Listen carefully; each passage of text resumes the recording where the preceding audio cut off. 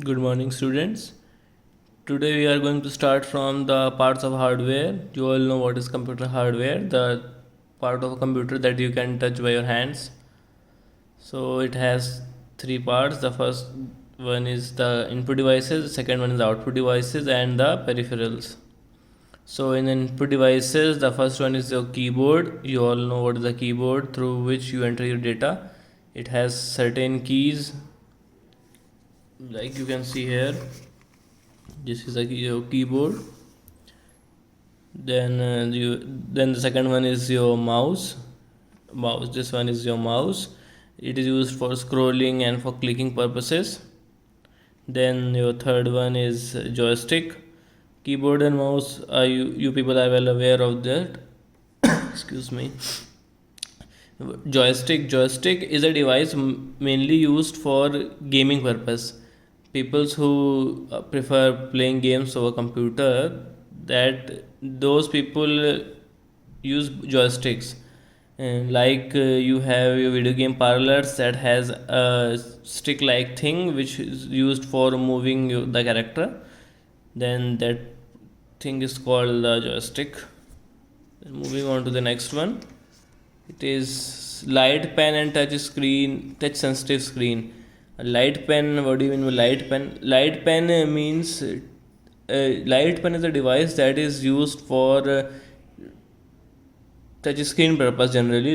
In some phones, you have a stick attached to your phone that is used for entering data in your computer, or like you and for touching purpose mainly. Like you can see here, this one.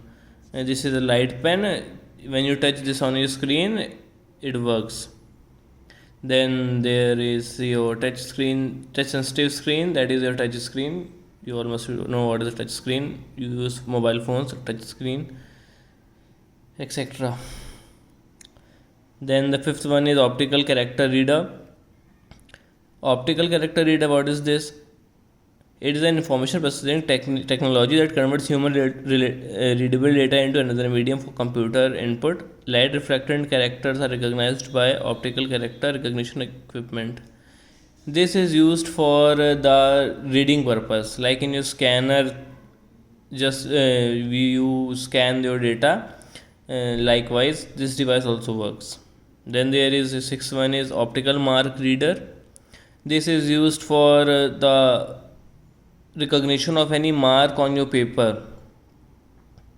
A beam of light is spread over the paper, and if there is any mark, it absorbs the beam and other beams are reflected back. So the portion in which the beam is not reflected is tells that there is a mark.